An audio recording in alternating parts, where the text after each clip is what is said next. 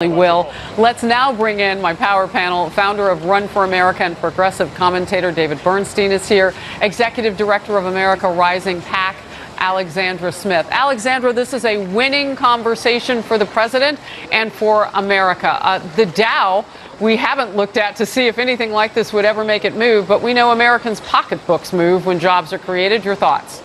Absolutely. The job numbers and the economy numbers could not be better for the president, especially going into the midterm election.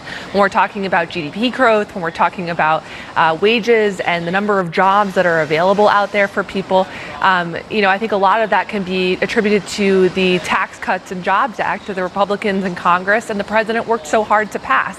And that unfortunately so many Democrats in states that he won in 2016, senators like Claire McCaskill, senators like Bill Nelson, voted against. So I think that their constituents are absolutely going to be holding them accountable for that come November. Yeah, Missouri, Florida. You know, David, it is interesting. Sometimes this president doesn't get credit for the job creation now, and that it was somebody else's, the previous president's economy.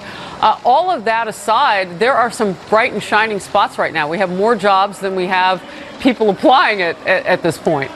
Yeah, the economy is doing well, and I think this fall the voters are going to look at that as they look at who they vote for. But I think the question is, do we want just tax cuts, or do we want to actually invest in what's happening to the people in this country who are really hurting the most? And to be honest, if we look at the long-term trajectory, most economists agree that we're headed into a recession sometime in the next 2 years, and that doesn't really have anything to do with who's president. And the question is going to be, can this sort of laissez-faire approach actually hold through that, or do you actually want people who are trying to figure out how we actually create new jobs for people over the long term, as opposed to give people short-term tax cuts? I want to be able to give Alexandra just a couple minutes, a short time to respond to that and tell everybody the picture gets kind of wild because the president is now being walked to an area where his remarks will be live right here on Fox. Alexandra?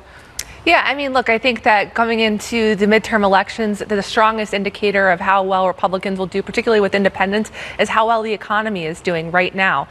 Certainly, as we look ahead to the next presidential cycle, the numbers will also be relevant then. But I think in the meantime, if the president can sustain the Republican majorities in Congress and continue to pass more legislation that removes harmful regulatory, burdens to small businesses and helps Americans find jobs, we're going to continue to see progress. I can't wait to see what you guys are going to say about the news that's shaping up on the Supreme Court. The White House has issued a statement. We're watching for the president's live remarks talking about some 15,000 jobs created at an electronics plant in Mount Pleasant, Wisconsin. A lot happening simultaneously. Stay right here on Overtime. We'll be right back.